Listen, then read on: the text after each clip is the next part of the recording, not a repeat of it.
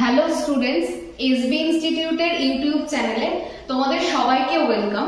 অবশ্যই এটা তোমাদের চ্যানেল, তোমরা যাতে খুব সুন্দরভাবে নিজেদের প্রিপারেশন নিতে পারো তার জন্যই এসবি ইনস্টিটিউট কিন্তু একদম চ্যাপ্টার ওয়াইজ তোমাদের সামনে প্রত্যেকটা সাবজেক্টের ভিডিও নিয়ে এসেছে। দেখো, আমি সুদেশনা বিশ্বাস।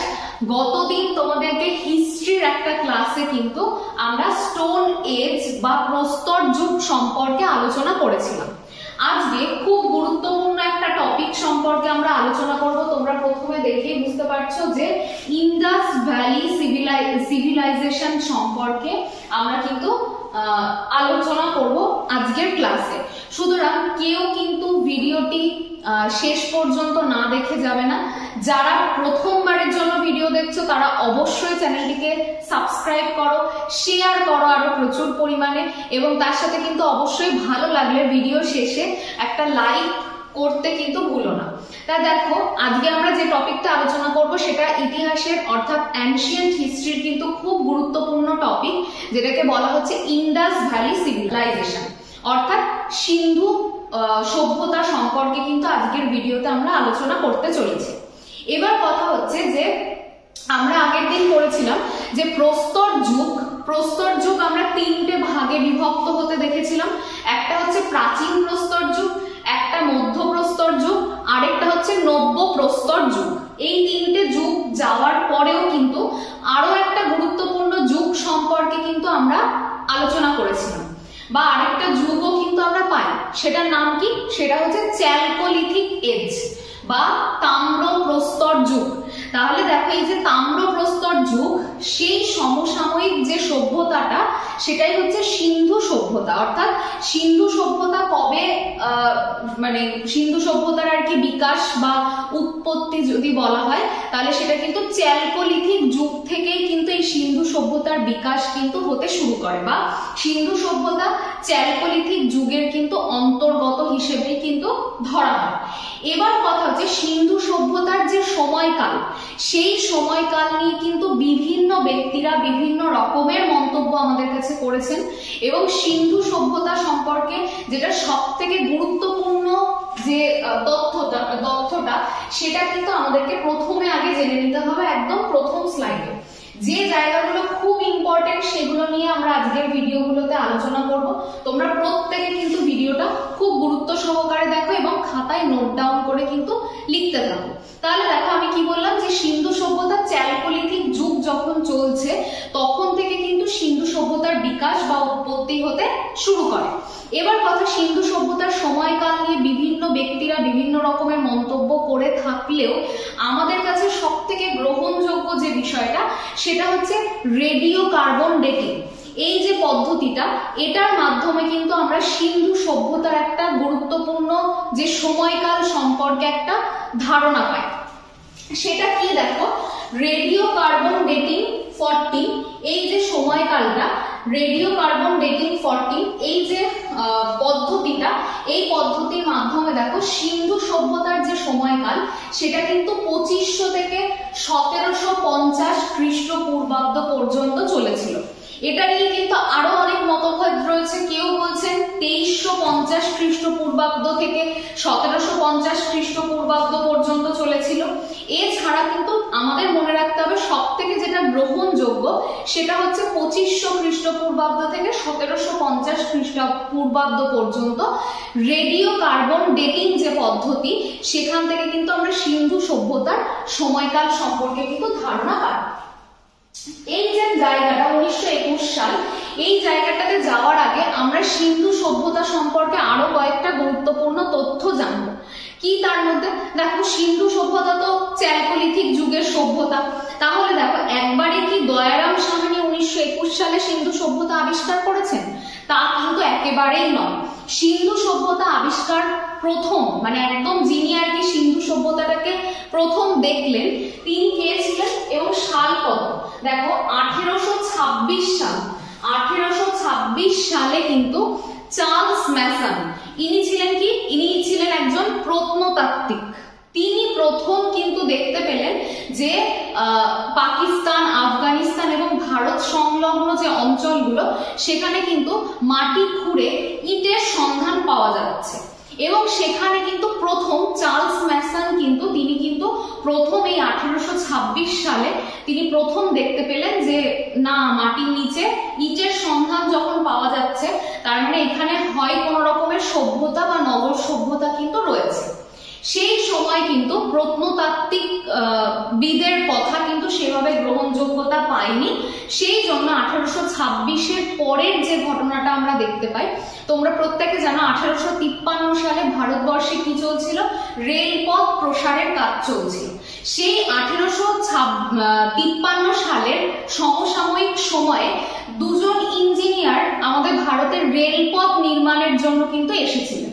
সেই ইঞ্জিনিয়ারদের উদ্যোগে তারা কিন্তু 1856 সালে কিন্তু এই ইঞ্জিনিয়ারদের উদ্যোগে কিন্তু প্রথম আর কি অনেকটা এলাকা জুড়ে মানে রেলপথটা তৈরি হচ্ছিল লাহোর থেকে করাচি পর্যন্ত।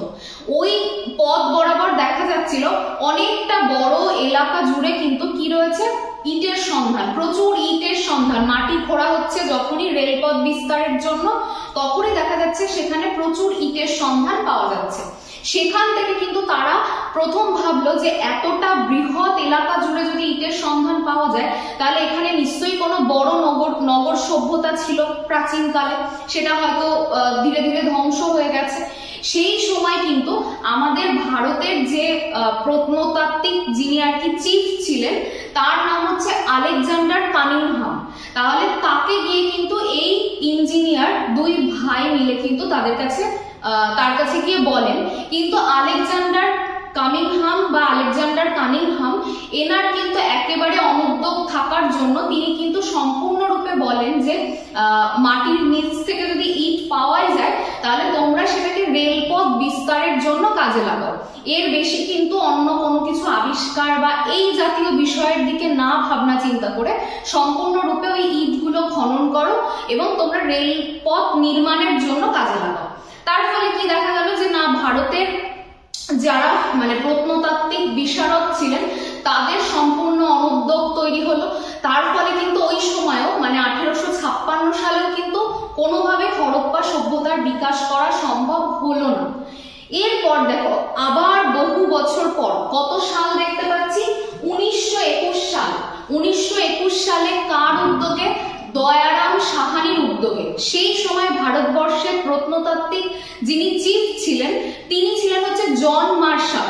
তার উদ্যোগে কিন্তু তিনি কিন্তু বেশ উদ্যোগী হয়ে দয়ারাম সাহানিকে উৎসাহ দেন যে হ্যাঁ, মাটি খুঁড়ে যদি কোনো ইটের সন্ধান পাওয়া যায় তাহলে তুমি সেখান থেকে কিন্তু সেই ইটগুলো খনন করো এবং প্রাচীন যদি কোনো সভ্যতার আমরা বিকাশ পাই তাহলে সেটা সম্পর্কে অবশ্যই কিন্তু সবাইকে অবগত করো। তাহলে জন মার্শাল সেই সময়কার ভারতের প্রত্নতাত্ত্বিক চিফ, তার উদ্যোগ তো ছিলই এবং আবিষ্কার করলেন 1921 সালে দয়ারাম সাহানি। এটা প্রত্যেকে জানি, দয়ারাম সাহানি কিন্তু প্রথম সিন্ধু সভ্যতার প্রথম যে কেন্দ্র অর্থাৎ হরপ্পা এর সন্ধান পায়। তাহলে এখান থেকে তোমরা দুটো প্রশ্ন পেয়ে যাচ্ছ, কত সালে সিন্ধু সভ্যতার প্রথম সাইট আবিষ্কৃত হয়, 1921 সালে। সাইটের নাম কি, হরপ্পা। এছাড়া বলতে পারে যে হরপ্পা সভ্যতার আবিষ্কর্তাকে, সেটা হবে দয়ারাম সাহানি। এরপর দেখো কি বলছে, হরপ্পা বর্তমানে কোথায় অবস্থিত, অবস্থান তো খুব গুরুত্বপূর্ণ। এটা কিন্তু পাকিস্তানের পাঞ্জাব প্রদেশের মন্টগোমারি জেলায় আবিষ্কৃত হয়েছে। দেখো পাকিস্তানের দুটো প্রদেশের নাম খুব ভালো করে মনে রাখবে, এক নাম্বার হচ্ছে পাঞ্জাব প্রদেশ, আরেকটা হচ্ছে সিন্ধু প্রদেশ। অধিকাংশ যত আমরা সিন্ধু সভ্যতা সম্পর্কে পড়ব বেশিরভাগ নিদর্শন কিন্তু আমরা কোথা থেকে পাবো, এই দুটো জায়গা, সিন্ধু প্রদেশ এবং পাঞ্জাব প্রদেশ। এই প্রসঙ্গে তোমাদের আরো একটা কথা বলে রাখি, বর্তমান সময় পর্যন্ত সিন্ধু সভ্যতার প্রায় 1402 সাইট আবিষ্কার করা হয়েছে। তাদের মধ্যে সব থেকে বেশি সাইট কোথায় রয়েছে, বেশি সাইট রয়েছে ভারতবর্ষে, আর সব থেকে কম সাইট রয়েছে কোথায়, আফগানিস্তানে। তাহলে আফগানিস্তান, পাকিস্তান এবং ভারত, এই তিনটে দেশ নিয়ে কিন্তু সিন্ধু সভ্যতাটা আবিষ্কার করা হয়। সিন্ধু সভ্যতার বিভিন্ন সাইট আবিষ্কার করা হয়। সব থেকে বেশি সাইট পেয়ে থাকি আমরা ভারত থেকে, সব থেকে কম পেয়ে থাকি কিন্তু আমরা আফগানিস্তান থেকে। তাহলে হরপ্পা কোথায় অবস্থিত? হরপ্পা অবস্থিত পাঞ্জাব প্রদেশের মন্টগোমারি জেলায়। নেক্সট দেখো 1922, নেক্সট কি 1922 সালে কে? রাখাল দাস বন্দ্যোপাধ্যায়। তাহলে রাখাল দাস বন্দ্যোপাধ্যায়ের উদ্যোগে আরো একটা সাইট কিন্তু আবিষ্কৃত হলো। কি সেটা?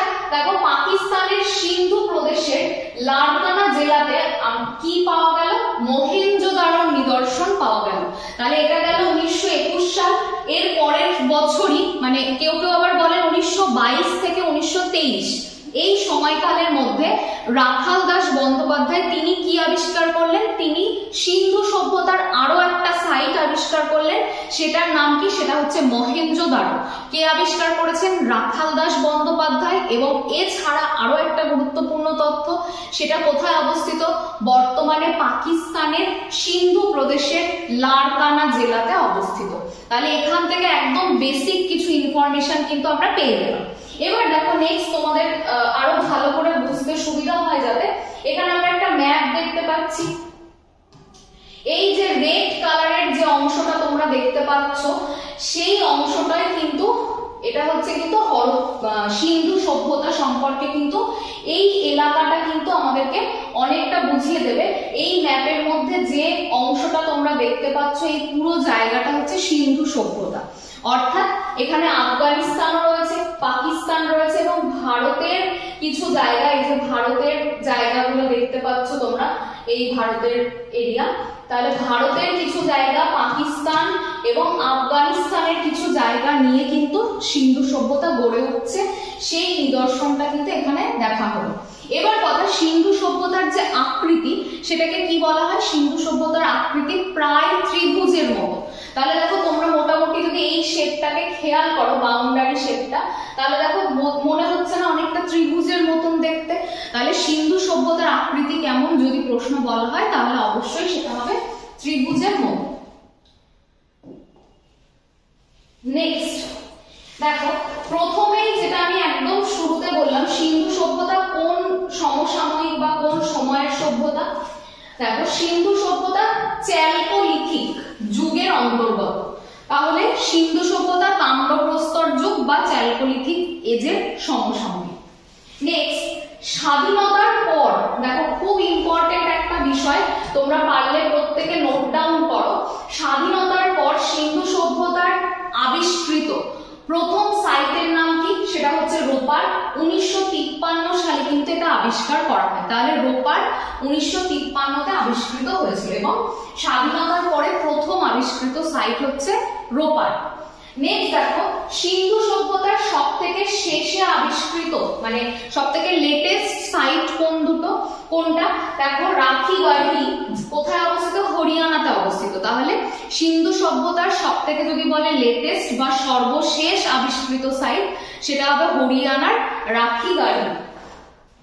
এই সভ্যতার সব থেকে বৃহত্তম যদি শহর বলা হয়, তাহলে হবে মহেঞ্জোদারো। তাহলে সিন্ধু সভ্যতার তো একটা শহর নিয়ে না, বহু শহর নিয়ে গড়ে উঠেছে এবং অবশ্যই এটা নগর কেন্দ্রিক একটা সভ্যতা। সেই জন্য দেখো এখানে কিন্তু বৃহত্তম শহর বললে অবশ্যই সেটা হবে মহেঞ্জোদারো। নেক্সট দেখো ক্ষুদ্রতম, এটা একটুখানি ভুল হয়েছে, এখানে লিখবে ক্ষুদ্রতম। ক্ষুদ্রতম শহরের নাম কি? আল্লাদিনো। তাহলে ক্ষুদ্রতম শহর সিন্ধু সভ্যতার আল্লাদিনো, বৃহত্তম শহর কি? মহেঞ্জোদারো। এই জায়গাটা এবার ভালো করে খেয়াল করো, যদি এটা আমি লিখে আনতাম তোমাদের যতটা না সুবিধা হতো, তার থেকে দেখো এই বিষয়টা কিন্তু তোমাদের মনে রাখতে সুবিধা হবে। এটা হচ্ছে সিন্ধু সভ্যতার বিস্তার, অর্থাৎ সিন্ধু সভ্যতা পূর্ব দিকে কত দূর অব্দি বিস্তৃত, পশ্চিমে কত দূর অব্দি বিস্তৃত, এটা হচ্ছে পুরো সিন্ধু সভ্যতার জিওগ্রাফিক্যাল এরিয়া, মানে কতটা এরিয়া নিয়ে সিন্ধু সভ্যতা গড়ে উঠেছে, ভৌগোলিক অঞ্চল। দেখো সবার প্রথমে সিন্ধু সভ্যতা জম্মু এবং কাশ্মীরে মন্ড বা মন্ড যাই বলো না কেন, এটা হচ্ছে সিন্ধু সভ্যতার সব থেকে উত্তরতম বাউন্ডারি। তাহলে উত্তরতম স্থান যদি বলে সিন্ধু সভ্যতার, এই দেখো ইন্দাস ভ্যালি সিভিলাইজেশন, এখানে হবে মন্ড। কোথায় অবস্থিত এটা?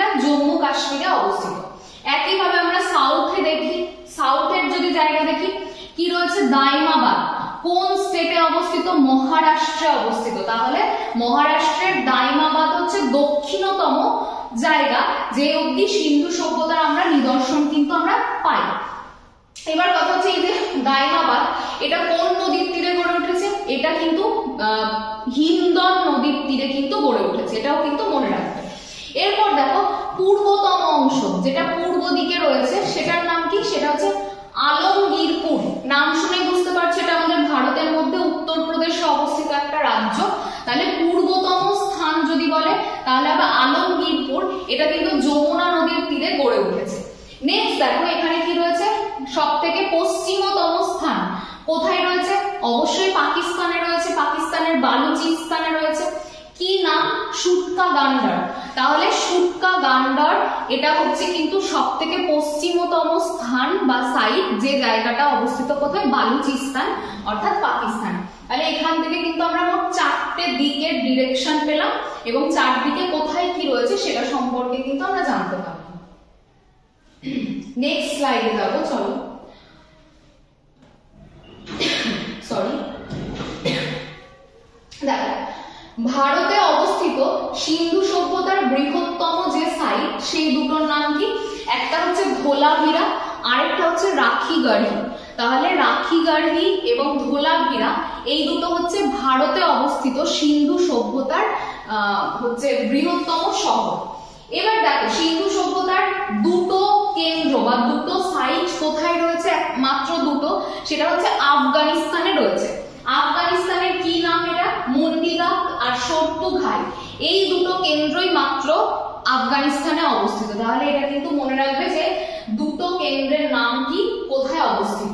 মহেঞ্জোদারোকে দেখো মাউন্ট অফ ডেড বলা হয় বা মৃতের স্তূপ বলা হয়। কেন বলা হচ্ছে? কারণ যখন মহেঞ্জোদারোটা আবিষ্কার করা হয় রাখাল দাস বন্দ্যোপাধ্যায়ের উদ্যোগে, সেখান থেকে দেখা যায় যে প্রচুর মানুষের আর কি কঙ্কাল সেখান থেকে পাওয়া যায় এবং সেই কঙ্কালগুলোর প্রত্যেকের মাথার পেছনের দিকে মানে খুলিতে মানে বড় কিছু দিয়ে আঘাতের চিহ্ন পাওয়া যায়। সেই জন্য অনেকে বলেছেন হয়তো সেই সময় কোনো যুদ্ধ হয়েছিল বা কিছু হয়েছিল যার জন্য প্রচুর মানুষ একসাথে মারা গেছিল।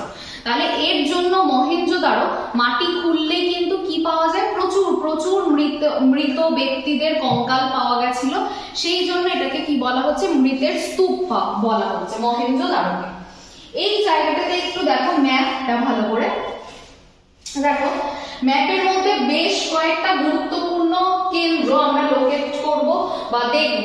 সেটার মধ্যে কি কি রয়েছে দেখো, একদম যদি আমি প্রথমেই বলি সেটা হচ্ছে কি, এইটা হচ্ছে আমরি, এটা হচ্ছে আমরির লোকেশন যেগুলো সব থেকে ইম্পর্টেন্ট। এরপর দেখো এটা হচ্ছে মহেঞ্জোদারো, এই যে লেখা রয়েছে মহেঞ্জোদারো, এটাও খুব ইম্পর্টেন্ট। মহেঞ্জোদারোর পাশেই দেখো কোট দিজি, এটাও কিন্তু ইম্পর্টেন্ট।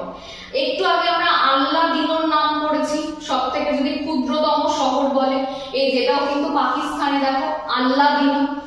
এবার দেখো যদি আমরা দেখি পাকিস্তানের আর কয়েকটা জায়গা, তাহলে দেখো এখান থেকে পাবো হচ্ছে এইটা খুব ইম্পর্টেন্ট, এটা হচ্ছে হরপ্পা। এই লাল রঙের যে পয়েন্টটা করলাম এটা হচ্ছে হরপ্পার অংশ। এছাড়া দেখো হরপ্পা ছাড়া এবার আমরা যদি ভারতের মধ্যে আসি গুরুত্বপূর্ণ সাইট, তাহলে এখানে দেখো রোপার পাচ্ছি আমরা, এই যেটা হচ্ছে রোপার। তাছাড়া দেখো বানওয়ালি পাচ্ছি, এই যেটা বানওয়ালি। তারপর দেখো রাখিগড়ি পাচ্ছি, এই যেটা হচ্ছে রাখিগড়ি। তাছাড়াও দেখো আরো যেটা খুব ইম্পর্টেন্ট সাইটের মধ্যে সেটা হচ্ছে ধোলাভিরা, এই যে ধোলাভিরা পাচ্ছি। সুটকা গান্ডার এটাও পাচ্ছি আমরা। লোথাল যেটা খুব গুরুত্বপূর্ণ নাম সিন্ধু সভ্যতার, লোথাল পাচ্ছি। আর এছাড়াও দেখো এটা হচ্ছে কুন্তাসি, এটাও কিন্তু রয়েছে। তাহলে এখানেও দেখো আমরা মোটামুটি ভাবে একটু চোখে দেখে রাখলাম যে কোথায় কোনটা রয়েছে, কোথায় রোপার, কোথায় বানওয়ালি, কোথায় হরপ্পা।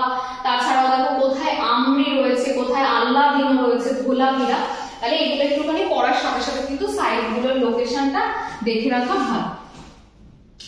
নেক্সট দেখো পরের স্লাইডে আমরা কি আলোচনা করতে চলেছি, যেটা সিন্ধু সভ্যতার একদম প্রধান বৈশিষ্ট্য। যদি বলা হয় যে সিন্ধু সভ্যতার প্রধান বৈশিষ্ট্য কি, সেটা হচ্ছে দুটো। এক নম্বর যেটা সেটা হচ্ছে টাউন প্ল্যানিং বা নগর পরিকল্পনা। তাহলে টাউন প্ল্যানিং বা নগর পরিকল্পনা হচ্ছে সিন্ধু সভ্যতার একদম অন্যতম প্রধান বৈশিষ্ট্য। এছাড়া সেটা হচ্ছে কি ভূগর্ভস্থ জল নিকাশি ব্যবস্থা বা আন্ডারগ্রাউন্ড ড্রেনেজ সিস্টেম।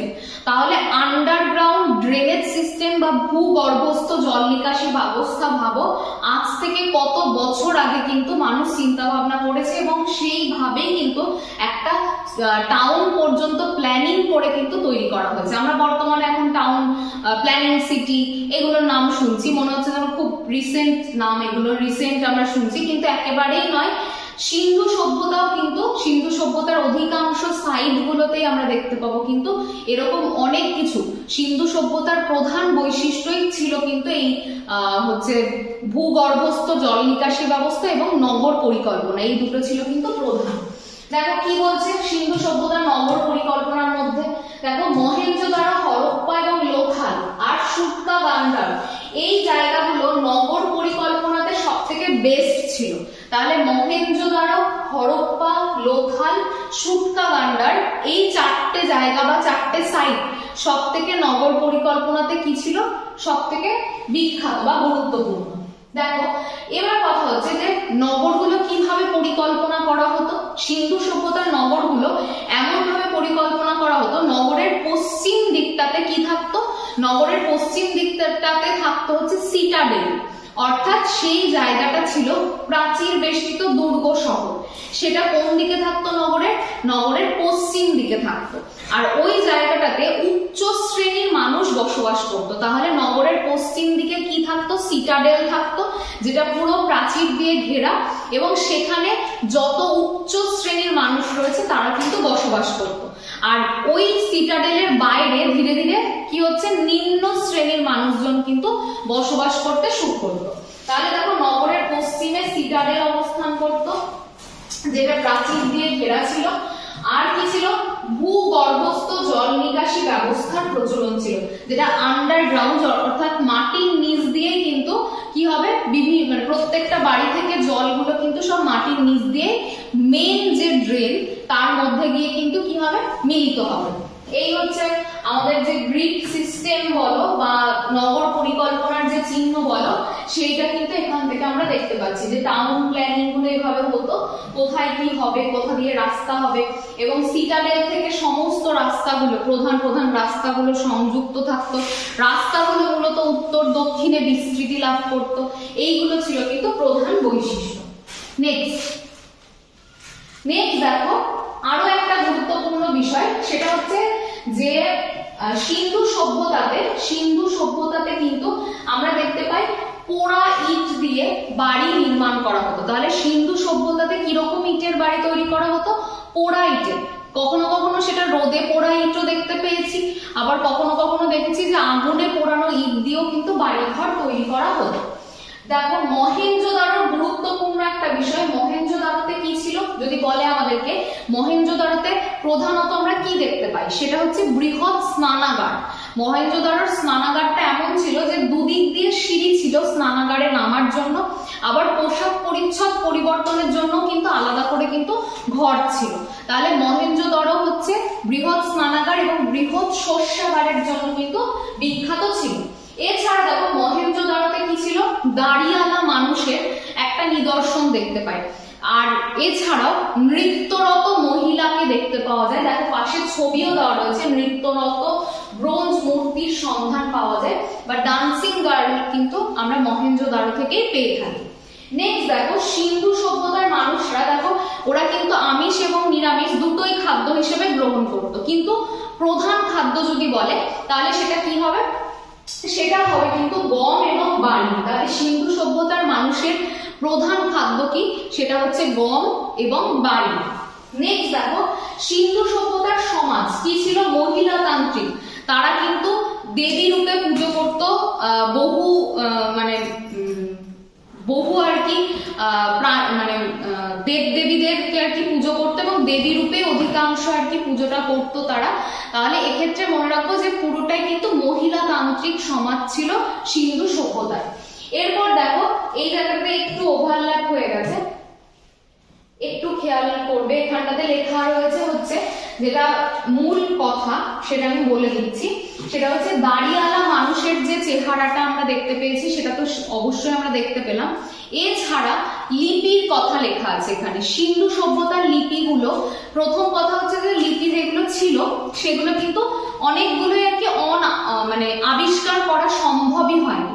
এছাড়া সিন্ধু সভ্যতায় ওই যে সাইনবোর্ড বা কোনো মাটির পাত্র এদের গায়ে যে সমস্ত লেখা থাকতো সেগুলোকে কি বলা হয়, বুস্ট্রোফেডান পদ্ধতি। কারণ ওরা কি করতো, ওরা ডান দিক থেকে প্রথমে বাঁ দিকে যেত লেখাটা, আবার বাঁ দিক থেকে ডান দিকে যেত, এইভাবে কিন্তু তাদের লেখার শৈলীটা বা লেখার যে প্যাটার্নটা সেটা ছিল। তাহলে বুস্ট্রোফেডান পদ্ধতি কিন্তু তাদের ওই সময় ছিল। আর অধিকাংশ তারা পিক্টোগ্রাফিক মানে চিত্রের মাধ্যমে কিন্তু তারা বিভিন্ন বিষয়ে শিক্ষা গ্রহণ করত। তাহলে পিক্টোগ্রাফিক পদ্ধতি আর বুস্ট্রোফেডান পদ্ধতি হচ্ছে ডান দিক থেকে বাঁ দিকে, আবার পরের লাইনে বাঁ দিক থেকে ডান দিকে, এইভাবে লেখার শৈলীগুলো কিন্তু তাদের ছিল। আর একটা কথা সেটা হচ্ছে সিন্ধু সভ্যতাতে আমরা মূলত 4 ধরনের মানে মূলত একদম 4 ধরনের মানুষ বা সভ্যতার মানুষদের কথা জানতে পারি। সব থেকে বেশি পরিমাণে ছিল হচ্ছে মেডিটেরিয়ান বা ভূমধ্যসাগরীয়রা। এছাড়া কি ছিল, প্রোটো অস্ট্রালয়েড, প্রোটো মঙ্গোলয়েড এবং অ্যালপাইন। তাহলে এই সমস্ত সভ্যতার মানুষজন কিন্তু বা সমস্ত আর কি সভ্যতার মানুষজন কিন্তু এখানে বসবাস করত। সব থেকে বেশি আমরা দেখতাম দ্রাবিড়ীয় ভাষাভাষী যে মানুষজন তাদের সংখ্যা কিন্তু সিন্ধু সভ্যতাতে সব থেকে আমরা কিন্তু বেশি দেখতে পাই। এরপর দেখো কি রয়েছে যে এরা কিন্তু ওই যে শিলমোহর বললাম, তারপরে তোমার বিভিন্ন আর কি মানে মাটির পাত্রের গায়ে বললাম, সেখানে কি বুস্ট্রোফেডান পদ্ধতিতে কিন্তু তারা লেখা মানে লিখত। আর সিন্ধু সভ্যতার মানুষের যদি বলা হয় যে প্রধান যে দেবতা, এটা অনেক পরে আবিষ্কার হয়েছে, কিন্তু প্রোটো শিব কিন্তু জন মার্শাল আর কি পশুপতি মহাদেবকে প্রোটো শিব বলেছেন, সেটা কিন্তু তারা তাদের কাছে পূজনীয় ছিল। এছাড়াও সিন্ধু সভ্যতাতে আর কি কি পূজনীয় ছিল, ইউনিকর্নকেও তারা পুজো করত, এবং উঁচু কুদযুক্ত যে ষাঁড় রয়েছে তাকেও কিন্তু তারা পুজো করত। আর গাছের মধ্যে পিপল গাছকে তারা কিন্তু দেবী রূপে তারা পুজো করত। তাহলে এগুলো আমরা মনে রাখবো যে পশুপতি মহাদেবের নিদর্শন আমরা সিন্ধু সভ্যতা থেকেই পাই, যেটাকে জন মার্শাল প্রোটো শিব বলেছেন। আর কি পিপল গাছ, ইউনিকর্ন, উঁচু কুদযুক্ত ষাঁড়, এই যে বিষয়গুলো এদেরকে কিন্তু পুজো করতে হচ্ছে সিন্ধু সভ্যতার অধিবাসীগণ। এবার দেখো একটা সুন্দর চার্টের মাধ্যমে আমরা কি করব, সিন্ধু সভ্যতার বিশেষ গুরুত্বপূর্ণ সাইট সম্পর্কে কিন্তু আমরা আলোচনা করব। তার আগে বলে দিই, প্রচুর শেয়ার প্রয়োজন, সুন্দর সুন্দর কন্টেন্ট যাতে আমরা সবসময় প্রেজেন্ট করতে পারি, তার জন্য তোমরা কিন্তু অবশ্যই শেয়ার করো। দেখো এত সুন্দর করে চার্ট করে কিন্তু প্রেজেন্ট করা হচ্ছে, সুতরাং ভালো লাগলে অবশ্যই ভিডিওটাতে লাইক দিতে কিন্তু ভুলো না। প্রথম সাইট দেখো কি রয়েছে, হরপ্পা। কোথায় অবস্থিত হরপ্পা? পাকিস্তান। একটু আগে আমরা ম্যাপে দেখলাম পাকিস্তানে অবস্থিত। কোন নদীর তীরে অবস্থিত? প্রশ্ন দিতেই পারে, সেটা হচ্ছে রাভি নদীর তীরে অবস্থিত। আবিষ্কৃত দ্রব্য কি? একটা হচ্ছে শস্যাগার আর একটা হচ্ছে প্রোটো শিব। তাহলে হরপ্পা থেকে আমরা পেয়েছিলাম শস্যাগার, বৃহৎ শস্যাগারের নিদর্শন কিন্তু আমরা পাই হরপ্পা থেকে। নেক্সট দেখো মহেঞ্জোদারো বা মৃতের স্তূপ যাকে বলা হয়, কোন নদীর তীরে? সিন্ধু নদের তীরে। কোথায় অবস্থিত? পাকিস্তানে অবস্থিত। খুব গুরুত্বপূর্ণ, খুব পরীক্ষায় প্রশ্ন আসে, বৃহৎ স্নানাগার এবং বৃহৎ শস্যাগারের নিদর্শন কোথা থেকে পাই? সেটাও হবে কিন্তু মহেঞ্জোদারো। ডান্সিং গার্ল আর দাঁড়িয়ালা মানুষের যে মূর্তি বা স্টিকেটাইন, তাকেও কিন্তু পাওয়া যায় মহেঞ্জোদারো থেকে। নেক্সট দেখো ধোলাভিরা। কোথায় রয়েছে ধোলাভিরার লোকেশন কি? অবশ্যই সেটা হচ্ছে গুজরাট। কি পাওয়া যায় ধোলাভিরা থেকে? বৃহৎ জলের ট্যাঙ্ক পাওয়া যায়। তাহলে ধোলাভিরা থেকে আমরা বৃহৎ জলের ট্যাঙ্ক পাই। এরপর লোথাল। লোথালকে কি বলা হয় জানো? লোথালকে বলা হয় কিন্তু সিন্ধু সভ্যতার ম্যানচেস্টার বলা হয় লোথালকে। লোথাল কেন গুরুত্বপূর্ণ এবং সেটা তো আসছি, তার আগে দেখো লোথাল গুজরাটে অবস্থিত। কোন নদীর তীরে? ভোগাভা নদীর তীরে অবস্থিত। তাহলে লোথাল ভোগাভা নদীর তীরে অবস্থিত। এখানে কি রয়েছে, এখানে রয়েছে বন্দর। আরো একটা কথা, নৌ বাণিজ্যের জন্য লোথাল কিন্তু খুব গুরুত্বপূর্ণ একটা সাইট। সিন্ধুর ম্যানচেস্টার বলা হয় লোথালকে, আর কি নৌ বাণিজ্যের জন্য লোথাল হচ্ছে খুব গুরুত্বপূর্ণ একটা সাইট। নেক্সট দেখো বানওয়ালি, এখান থেকে মনে রাখবে সব থেকে বেশি পরিমাণে এখানে কিন্তু বার্লি উৎপাদন করা হতো বানওয়ালিতে। এটা কোন নদী? সরস্বতী। কোথায় অবস্থিত এটা? হরিয়ানাতে অবস্থিত। তাহলে হরিয়ানাতে সরস্বতী নদীর তীরে কি অবস্থিত? বানওয়ালি অবস্থিত।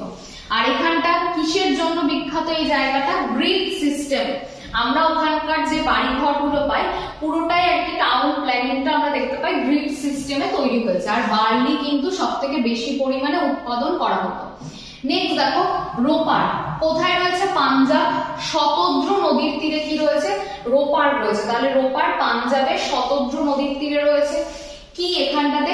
এখানে দেখো মানুষ এবং কুকুরের ডিম্বাকৃতির কবরের সন্ধান পাওয়া যায় কিন্তু এই রোপার থেকে। এরপর দেখো যেটা পড়তে হবে সেটা হচ্ছে চানহুদারো, কোথায় রয়েছে? সিন্ধু নদ, পাকিস্তানে রয়েছে।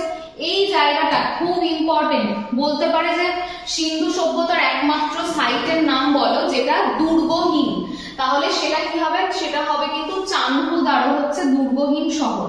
এছাড়া এখানে কি চুড়ি তৈরির কারখানাও কিন্তু এখানে আমরা দেখতে পাই। এরপর দেখো সুরকোটানা, এটা কোথায়? গুজরাটে অবস্থিত। কেন ইম্পর্টেন্ট? এখানে প্রথম ঘোড়ার হাড়ের সন্ধান পাওয়া যায়। তাহলে সুরকাটানার জায়গাটা হচ্ছে গুজরাটে এবং এখানে প্রথম ঘোড়ার হাড়ের নিদর্শন কিন্তু আমরা পেয়ে থাকি। তাহলে এই চার্টটা প্রত্যেকে লিখে নিয়ে খুব ভালো করে পড়বে যাতে পুরোটা একদম ডিটেলসে রেডি হয়ে যায় এবং কোনো রকমের প্রশ্ন আর যাতে না আটকায়।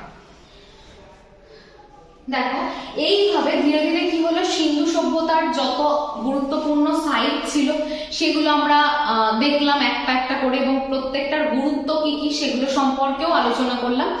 এরপরে কিন্তু আমরা দেখেছি যে সিন্ধু সভ্যতারও কিন্তু পতন ঘটেছে এবং সেটা কিন্তু আমরা দেখতে পেয়েছি যে আর্যদের প্রবেশের ফলে কিন্তু আমরা দেখতে পেয়েছি সিন্ধু সভ্যতা ধীরে ধীরে কিন্তু হারিয়ে গেছে এবং সেখান থেকে নতুন একটা সভ্যতার কিন্তু বিকাশ হতে আমরা দেখেছি এবং পরবর্তী ভিডিওতে আমরা অবশ্যই সেই বিকাশটা সম্পর্কে আলোচনা করব।